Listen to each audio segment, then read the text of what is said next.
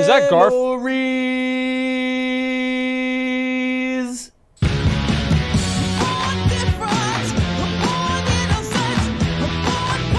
Was that Garfield?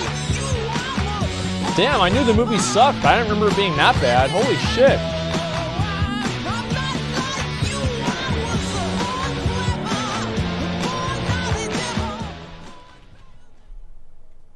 Huh.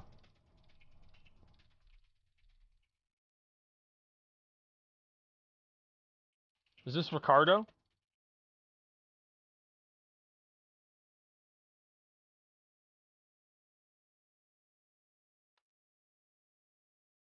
Okay.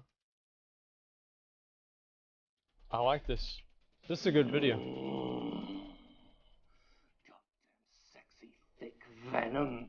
It's no secret by now that the so-called AAA Wait, that had industry nothing to do is with all anything in on else? socially charged gaming experiences. Okay. The unsustainably saturated live service marketplace that has given us such award-winning triumphs in excellence Best value. as Anthem, Fallout 76, and The Culling 2 has brought with it the expectation that we're not supposed to just enjoy and play video games on our own. No. And as for playing any of this shit offline, you're having a laugh, Fincher. We're supposed to enjoy... Look, I like playing online games. Like, to be honest, I could never imagine myself playing offline games. You know, this is 2019, and you know, in my mind, there might only be two genders, but there's only one way of playing games, and that's online.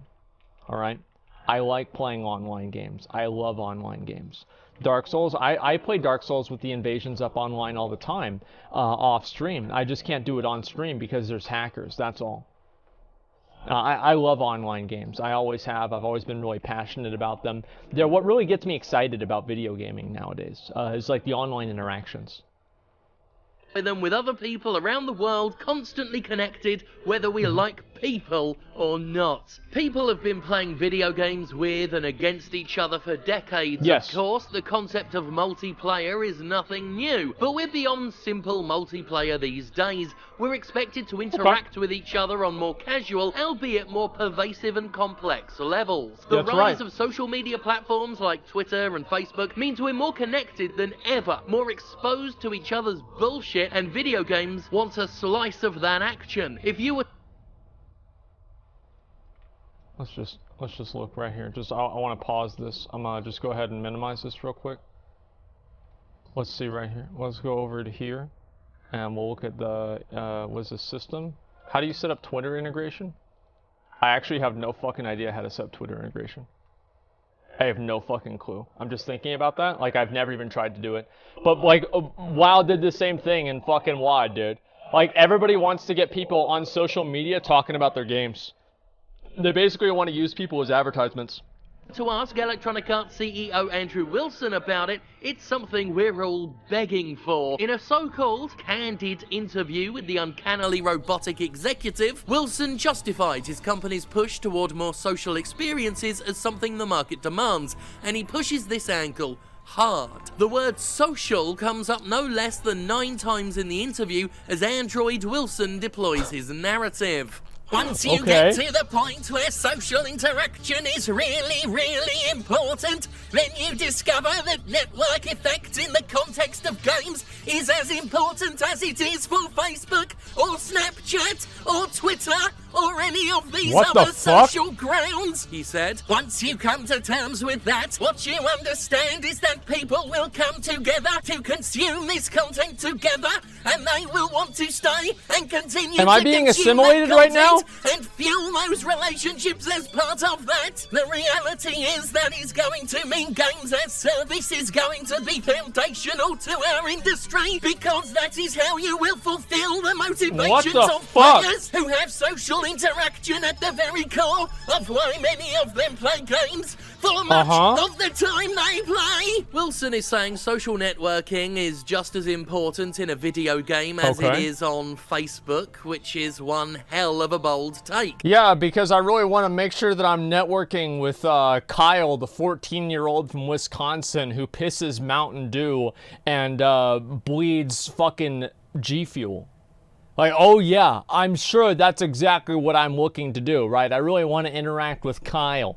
I mean, these fucking things, like these social networks, it's very simple. They want people to go online and talk about their games, to use people's social media presences as a vehicle to advertise their fucking game. Like, that's what's going on. That's what it's about. That's why they care, all right? It's not about, oh, they want to bring people together. The only thing they want to bring together is people's wallets or their wallets and other people's money. That's the only thing they give a fuck about. Now, there seems to be no real evidence for his belief that it's that important. Outside of financial reasons, but we'll get to that. He just states it like it's a given, a fact, something we've all already accepted. Now, and this is a WoW stream. This is a WoW, like a WoW, like, channel, whatever. So, like, a lot of us are actually friendly towards the idea of social interaction in games. But there are some games that you don't need social interaction for. For example, Sonic. I don't need to have a Twitter account connected to my Sonic account. All I need to do is go fast. That's it. There's a million other games like that too. You don't need a Doom. Yeah, Doom 1 and 2, Tetris. So you play against other people in Tetris. There are plenty of games that don't need to have social media integration built into them. Personally, I'd love to know who he asked to reach this conclusion, a conclusion he's already treating as something obvious, something irrefutable, something we've all got to acknowledge. I'd love to know which video game players are going around saying, I really love Fallout, but I wish it were more like Twitter. Actually, I'd love to meet anyone who wishes something was more like fucking Twitter. I've certainly never been asked, and frankly, if I were, I'd answer with a resounding fuck no. Fuck no, do I need exposure to more human beings when I decide to play a video game? If anything, the existence of Twitter and Facebook should be an argument for less social interaction in our escapist entertainment, where the key word is escape. I'd much rather get lost in my own solo experience after dealing with fucking people all day long. There's a lot of escapism that comes into video games, right? A lot of people like to play a video game to get the fuck away from other people. You know what I mean?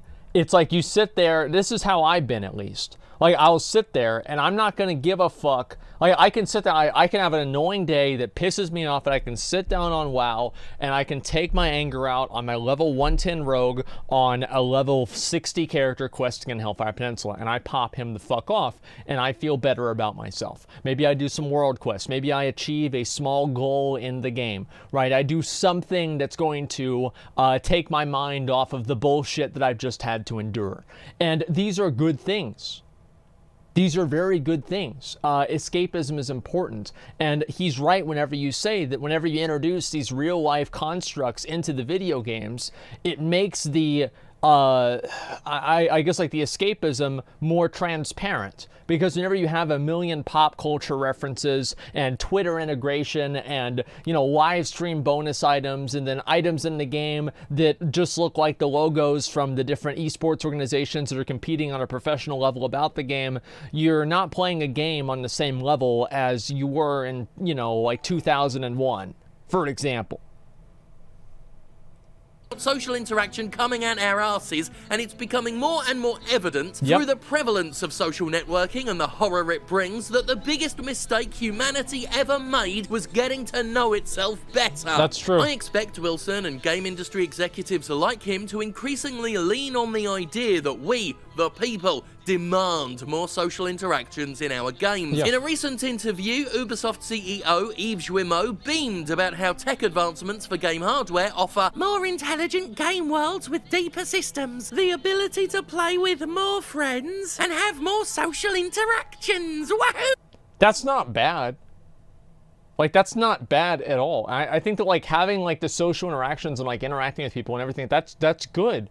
Like, how is that bad? The issue, right, in my opinion, right, I don't know what his opinion is on it, we'll see, but in my opinion, I don't like whenever you have these fucking games and they're built around, like, real life social systems, right, like Twitter and Facebook and shit. Like, social integration into video games is fine.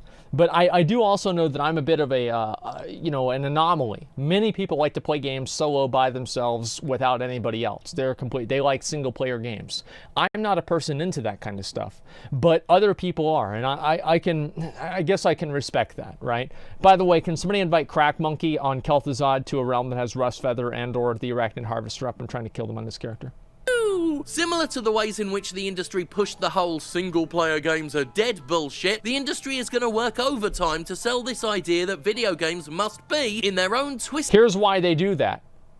This is the reason why they do that. I want to say this. This is simple. Last 20 minutes? No, it hasn't been 20 minutes. It's been a little bit longer. Here's why they do it. Is because they want people to...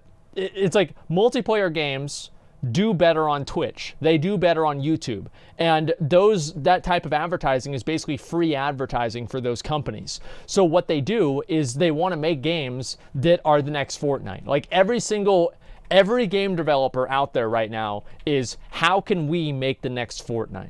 That's all they care about. That's what they're all about, because they want to be able to make money. And that's why I think they're doing it so much like this. It's just because of this. Yeah, Mount God, by the way. I'm going to get the mount here. Way social media platforms.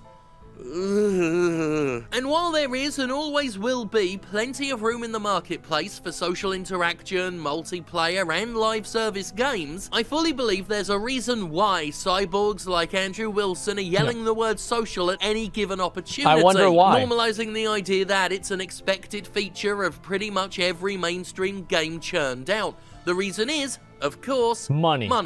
More specifically, money from so-called whales, the customers prized by game makers for their willingness to spend large amounts of money on in-game purchases. Yep, it all comes down once again to flogging microtransactions. I would have never expected that. And if we take a look at a little talk given by Jussi Lakonen? Jussi? Metal Gear? Anyway, if you take a look at this talk, it'll show exactly why publishers are so interested in social networking. About the money curve on how you make revenue on free-to-play games, you got non-payers, you got moderate payers, you got heavy payers, and you got even what we call super whales. What makes these people... A super whale? Like, really? You're going to call them a super whale? I don't know why. I think that's fucking funny. Super whales.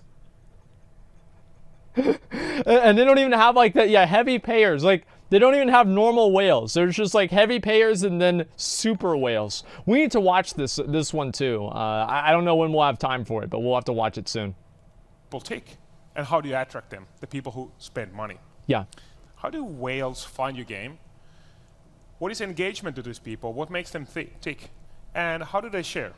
So, I wanted to just stop right here and talk to you about the focus. This is a seminar or some sort of like a whatever the fuck, right? Presentation about video games, and the focus on this is not how to attract a lot of players. It's not how to create a rewarding experience. It's how to attract super whales. That's it. That's what their focus is. That's what they care about. I'm going to try to complete the loop. How do those people find, how do they get stuck, and how do they bring more people into a game? How do they get stuck?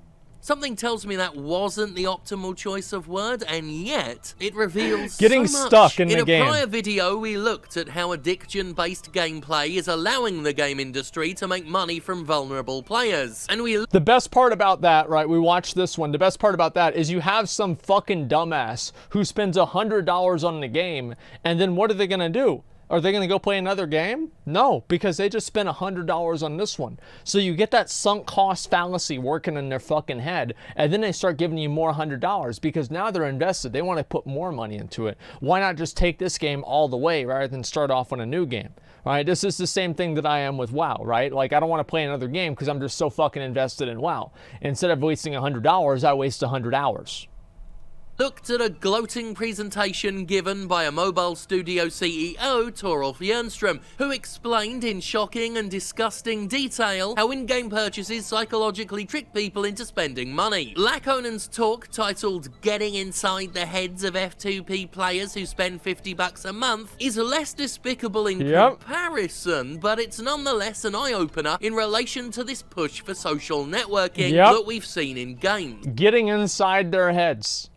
You have to figure out what makes that dumb fucking super whale tick. What's gonna just get his dick hard whenever he fucking sends you another $50 for the month, man. Like, that's what gaming's about now. It's not about having fun. It's not about enjoying yourself. I tagged the rust for it, don't worry about it. It's not about anything. It's about getting those, like, what makes those super whales tick. That's what it's about, man. Yeah, how can I get somebody to buy a storm mount every month? The talk broadens the concept of whales to differentiate between heavy spenders who spend around $10 a month on a game and what Lakonen calls super whales, the most desirable sort who can be expected to spend upwards of $50 a month. The most desirable social sort. play into this because in our server we're primarily interested in how does social affect whales. And there's not a huge amount of difference when we think about this. Social features are important for everybody. We didn't see a huge differential when we added into the heavy payers and the super whales. But fundamentally, what's interesting is we think about whales being somehow psychologically sick people who just play alone and they don't have any life. Yes. They're clearly more interested into getting involved in the social features. Social features help in retention. It reinforces that when you go into the game and start spending money, you want to engage with other people. This is really interesting. Which is why, see, what he's saying is actually very true, and I'm gonna talk about this. This is gonna be just a minute here, okay? This is another irrelevant personal anecdote to artificially extend the video length. So, the idea that I had with spitting on people for buying the store mounts works directly against what he's saying. The reason why super whales and people that like to spend a lot of money on games want to show that off is because there's a positive social outcome for that. If you create a negative social outcome for somebody spending money on the game, they will have that, there will be one fewer thing that they can do and gain satisfaction out of their money being spent. So if you remove a reward, you can usually, sometimes depending on what it is, stop the behavior. So if you create a negative social consequence for something, it removes the satisfaction that a person gets for buying the item. Mission Boy, thank you very much for the 10 gifted community subs. I appreciate that very much, man. Thank you, thank you, thank you. Making new in-game friends, in-game chatting, and responding to challenges, and these things are really standing out. Yep, they want to stand out. Last slide, everybody was roughly equal on the social spectrum, slightly more for the super whales. Then, when we started really looking into specific features, the super whales are really starting to stand apart. Here, the whale hunter discusses that social networking is something whales of all stripes love. He also tries to push back on the idea that whale hunting is problematic and targets the psychologically vulnerable because whales have friends, which isn't really a justification. Many problem gamblers and shopping addicts have friends. In fact, social media... I think what they're trying to say is that, like, people that are whales are just like Wall Street executives with too much money on their hands, and so they don't mind spending $200 on some sort of a phone game, right? That's what they're trying to say, but as usual, they're not really doing a very good job saying it. And it doesn't mean that those people don't gamble as well. Your addiction is itself a thing. Just being social doesn't mean you can't be unethically targeted by predatory monetization, but I digress. Wait, I got 20 gifted subs? Holy shit, thank you, man. Thank you very much, Mission Boy. Thank you, dude. Sorry, I missed that. I sure it seems muted for thank you, Ozzyman, for the 5. I don't watch videos, though. Or, sorry, I don't watch submitted videos. Mission Boy, thank you so much for the 20 subs, man. Sorry, I must have read that wrong. My apologies. Thank you so much. The point is, social interaction isn't so attractive to the industry because we're all necessarily demanding it, but it's sure as hell important to the industry because the whales seemingly like it. And there it is. Mission Boy with the other 20 gifted community subs. Thank you so much, man. Thank you, dude. I want you guys to listen to what he's saying here and then listen to this. because the whales are the ones that bring in the most money, they are the ones that the games are designed around. So whenever you look at a new video game and you see a monetization scheme, think about how does this bring in whales? Meaty Steve with the 21 gifted community subs. Thank you so much, man. Holy shit. Thank you, Meaty Steve and Mission Boy. God damn, I appreciate it, guys. Thank you so much. Yeah, 21. One and up on them, man. Yeah, super whales, exactly.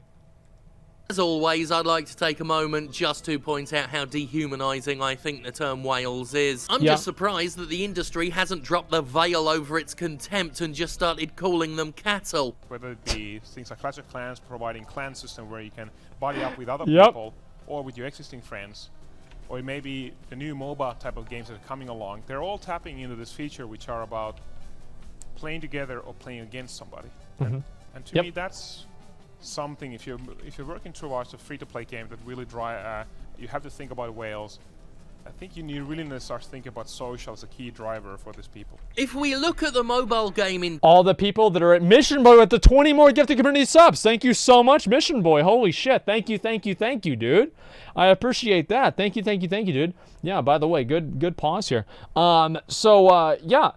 The social interactions with like these different types of games and everything are what really keeps those people engaged. That's the same reason why people like posting screenshots on WoW whenever they get an item that's really special to them, or like they get invincible or something like that. So whales get that same sense of satisfaction or fulfillment whenever they're able to post that they were able to buy something in the game.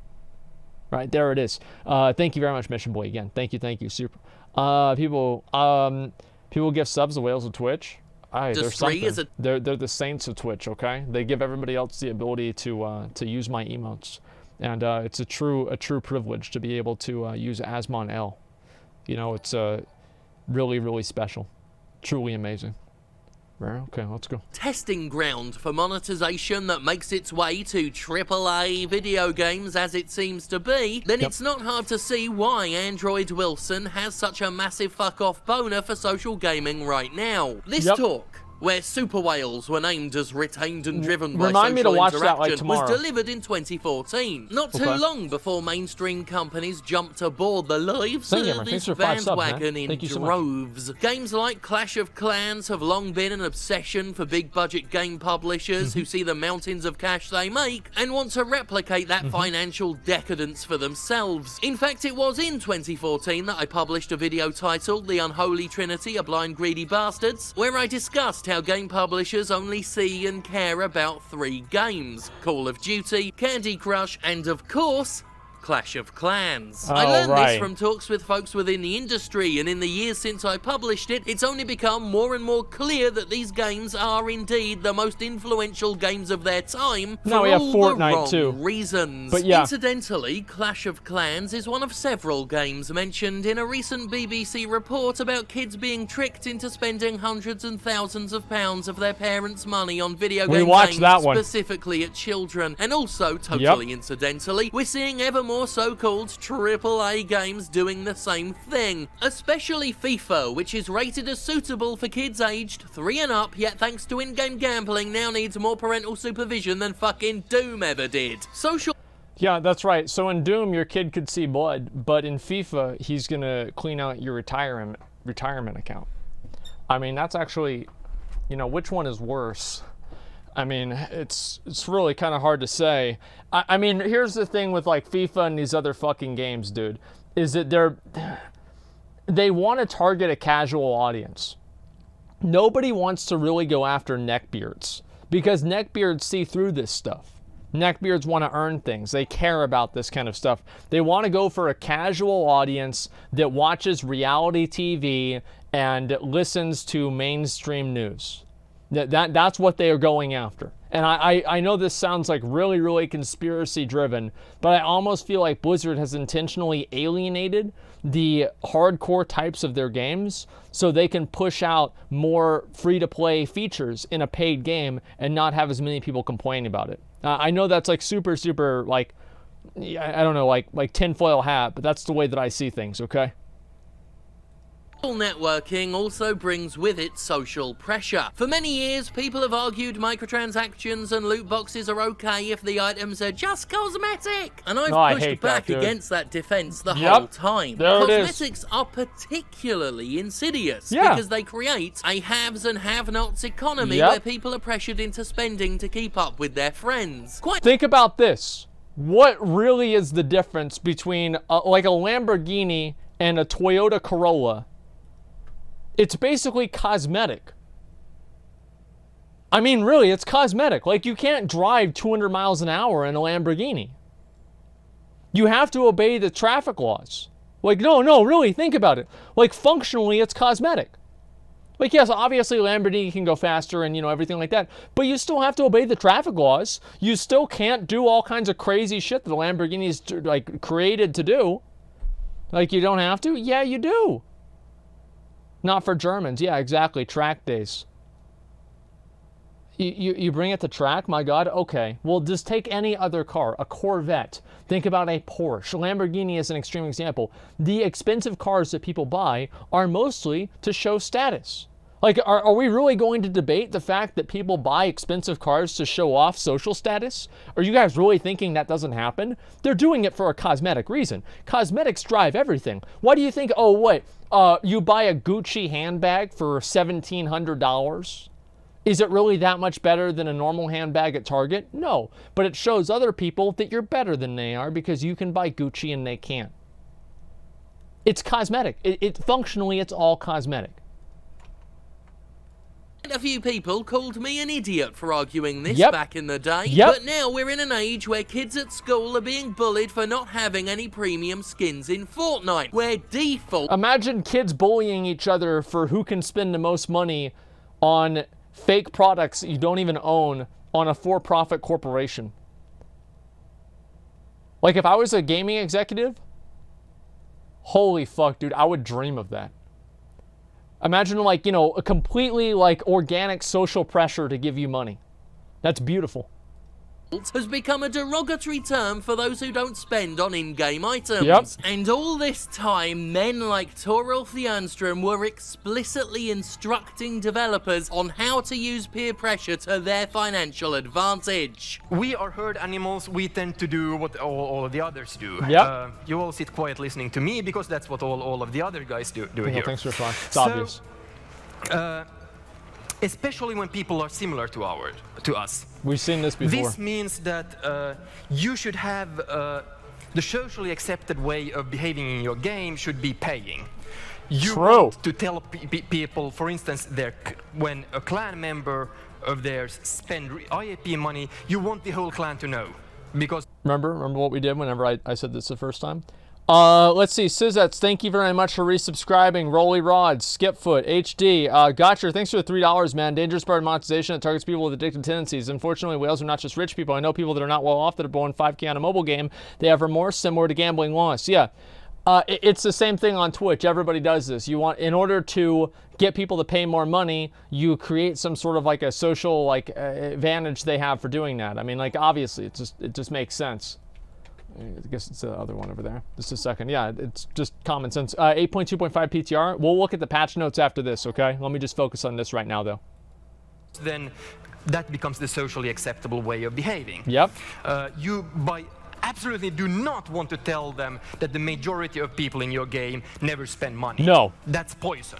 Never tell them that. Yeah, everybody in this chat is subbed. Now. Of course, the ability for social interaction to coax money out of people is a fairly old concept. It's how some of the most evil names in the game industry got their start. In 2009, 10 years ago, Farmville arrived to ruin the world. A seductive... Sorry guys, just want to have a quick midlife crisis, realizing 2009 was 10 years ago.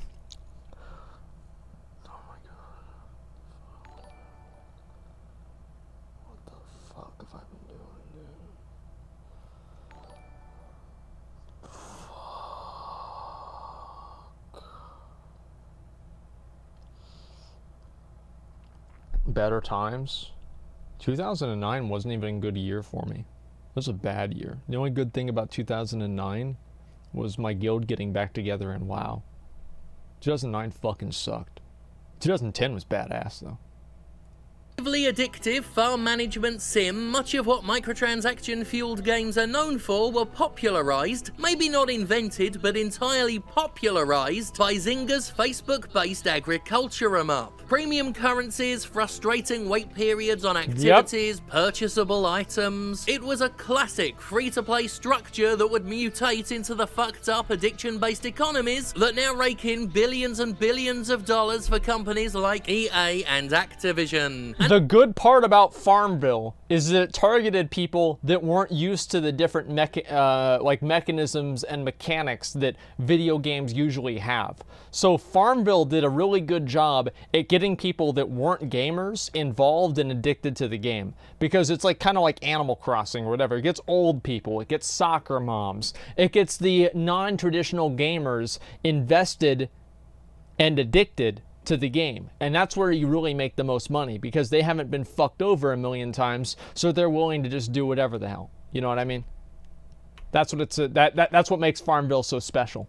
And of course, Farmville was inherently social in its structure, being housed most famously on Facebook, and utilizing Facebook's own features to spread knowledge of the game to everyone on the network. Players were encouraged to spam their friends with requests and would gain rewards for helping each other out. It kept people playing, it had them keeping up with each other, and naturally, it made a shit ton of cash in the process. At its peak, Farmville boasted 83.76 million active users a month, and while its popularity declined sharply after 2011, the legacy it left behind, the lessons it taught the industry, are stronger than ever. Its addictive gameplay loop of repetitive busywork and chores has been replicated thousands of times over in the intervening decade, taken to new peaks of audacity with mindlessly cyclical premium games like Anthem, which unmistakably share huge amounts of DNA with Farmville. Many, if not most, of these modern live service games are just Farmville writ large. They might have combat added in, more shit to do, and a bit of narrative draped around it, but the philosophy is the same. When microtransactions came to Dead Space 3, Visceral's John Calhoun notoriously tried to justify them by saying mobile gamers expected them, so they were added to the distinctly non-mobile game. There's a lot of players out there, especially players coming from mobile games, who are accustomed to microtransactions, Calhoun. They're used to getting fucked in the ass, so why aren't you like everybody else? Just get used to it. Told CVG. They're like, I need this now, I want this now. They need instant gratification, so we included that option in order to attract those players, so that if they're 5,000 tungsten short of this upgrade, they can have it. Ironically, as we all know, EA CEO Android Wilson needs tungsten to live. At the time, this statement from an EA thrall was mocked and laughed at. Why on earth would you put something in there for mobile players, who are called mobile players because they play on fucking mobile systems? Looking back, however, I don't even care that they say this. I don't care. It doesn't bother me. Do you know what I do care about, though? Is whenever you have these fucking people, these corporate defenders, the Activision Defense Force, that comes out and says and rationalizes all of these different terrible fucking things these games do, and they're defending the companies. Like, the blind fanboys are 1,000 times worse than the actual people that are doing it, because the people that are doing it, I know why they're doing it, to make money. Yeah, duh. But why the fuck is Bill, the Facebook idiot that live streams on Facebook for 6 viewers, complaining because somebody else doesn't want to buy a microtransaction? You don't even have stock in the company. You don't give a fuck. But you're somehow defending this. And that's what I really don't fucking like, is people that are defending this stuff, even though they get nothing out of it, right? Because at least the people that are doing it are defending it because they make money off of it. It's like they're defending getting fucked in the ass, and they're saying, hey, try this. It's great. And seeing how insidiously woven into the fabric of the market microtransactions have become, what Calhoun says now takes on a darker tone. It was a portent of things to come, as well as a candid glimpse into what these executives were thinking. Because in the context of today's market, perhaps what he said wasn't all that stupid. I mean, they got what they wanted, didn't they? They wanted to emulate the avaricious economies of mobile games where knee-jerk purchases, addictive spending, and social pressure make billions. So Well, if you're avaricious, you go to, what is it, the fourth or the third circle of hell? Hopefully the developers will go even farther than that. We'll see. Oh, they did.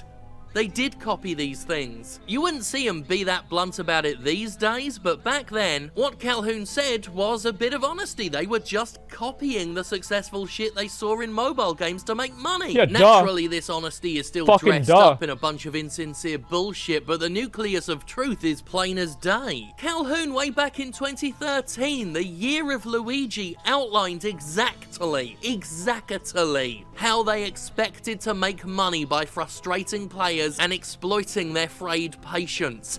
I need this now. There it is. There it fucking is. Right there.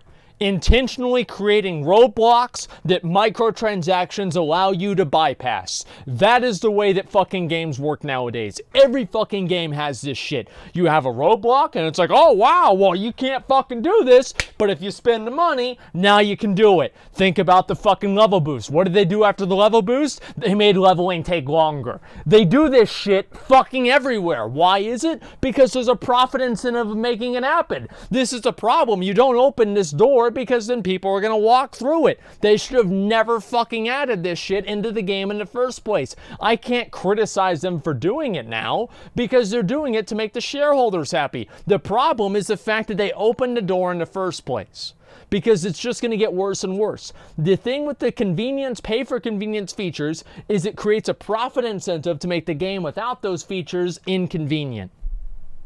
I am so fucking sick of this shit, dude. It happens in WoW. It happens in WoW, and it's a paid game. You pay a sub for it, still happens. What the fuck? Can somebody invite me to roll Rust Feathers up? I want this now, he says.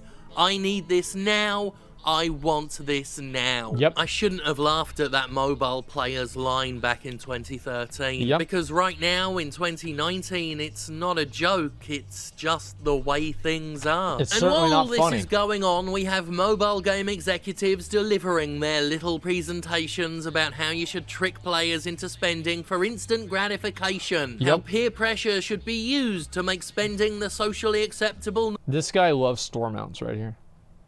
This guy fucking loves it. It's his favorite thing. His favorite mount, guess what his favorite mount is? Hogrus. Like, he loves that mount so much. Norm, and how these super whales love social interactivity more than anyone else. Just like when the game industry told you that you don't like linear, story-driven, single-player games, the game industry wants to tell you that you want all your games to be social. That Yep. it's as important to your experience in a game as it is to Twitter, Facebook, and Snapchat. And it's a crock of shit. So True! I'll be right back. I need to take a piss. Whenever I get back, I'm gonna get this fucking mount. Just a second.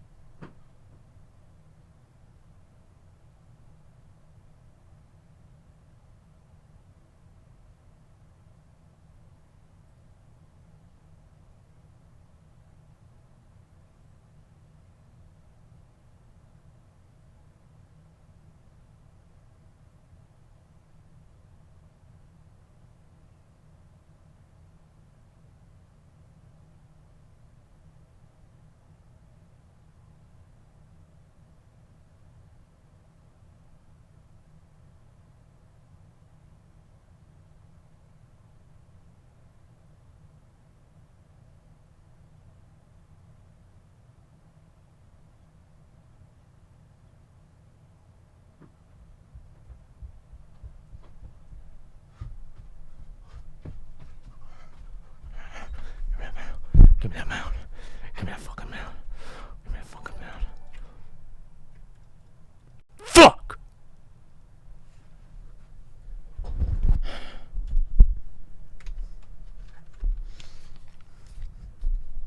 social gaming has its place, but its mass adoption by the AAA game industry is a fucking scam. A long con. Yet another way, Yep. on top of the by now absurd number of ways in which video game publishers plan to swindle, trick and seduce cash out of you. And just to reiterate the most important aspect, I don't like people. Who fucking does? As we firmly established over the years, game publishers don't produce things simply because people want them. Obviously they do things there's a market for, but the sole reason, the primary reason, is not because people want stuff. No. If they produced things just because people wanted them, there wouldn't be so many Kickstarters for things people want. No. They do things because they sense an opportunity to make extreme That's a good way to look at it. money. Not just a good amount of money, a moderate amount of money, even an impressive amount of money. As we have talked about for many years on this show, game publishers don't just want money, they want all of the money in the world. Hey, that's why we can't just have whales anymore for these people. They don't just have whales, they have their heavy spenders and their super whales. Yeah, that's actually really funny. They just keep wanting more. Well, we don't want whales anymore. We want super whales. What are they gonna want after that? Fucking Godzilla? I don't know. This is insane. Because they've hit the limit, I guess, on just focusing on all of the whales. Now they need to find out how to finally tune themselves to get their psychological Omega whales, people who are even more willing to spend money than the people who are already willing to spend loads of money.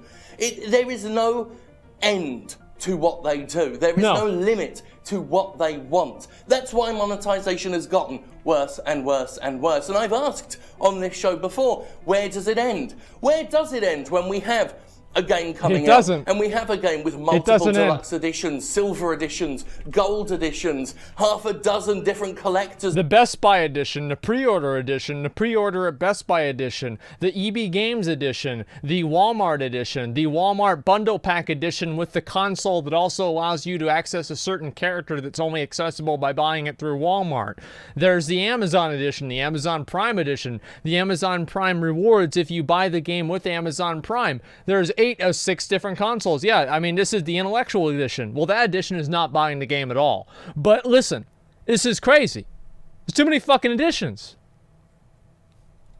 Editions, microtransactions, season passes, sponsored tie-ins with energy drinks, and of course loot boxes as an evolution of the microtransactions, because simply making perpetual money off people wasn't enough. While multiplayer and social networking even in games does have a place, it's becoming quite clear that these things are mass adopted not because they have a place, but because they can be used to displace what video games are in order to trick and swindle more and more money out of people. This whole social networking approach to video games, while not widely adopted, while not so deeply baked into games yet, it's something I think is coming. It's something these publishers definitely are keeping their eye on.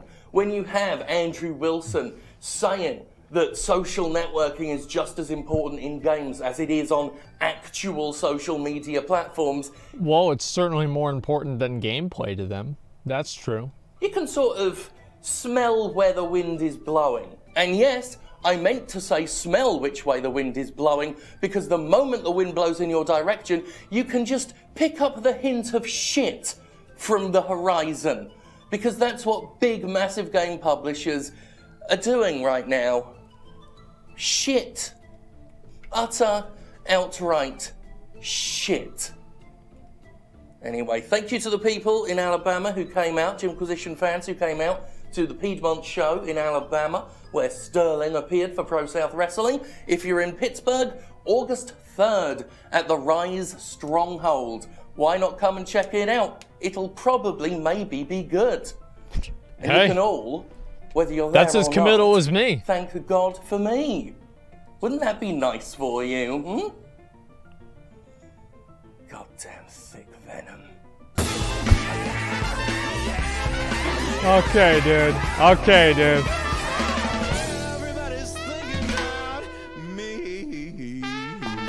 Okay. So, I like the video. Obviously, I like the video. Everybody likes it. Watch the Nixium new video. I know Nixium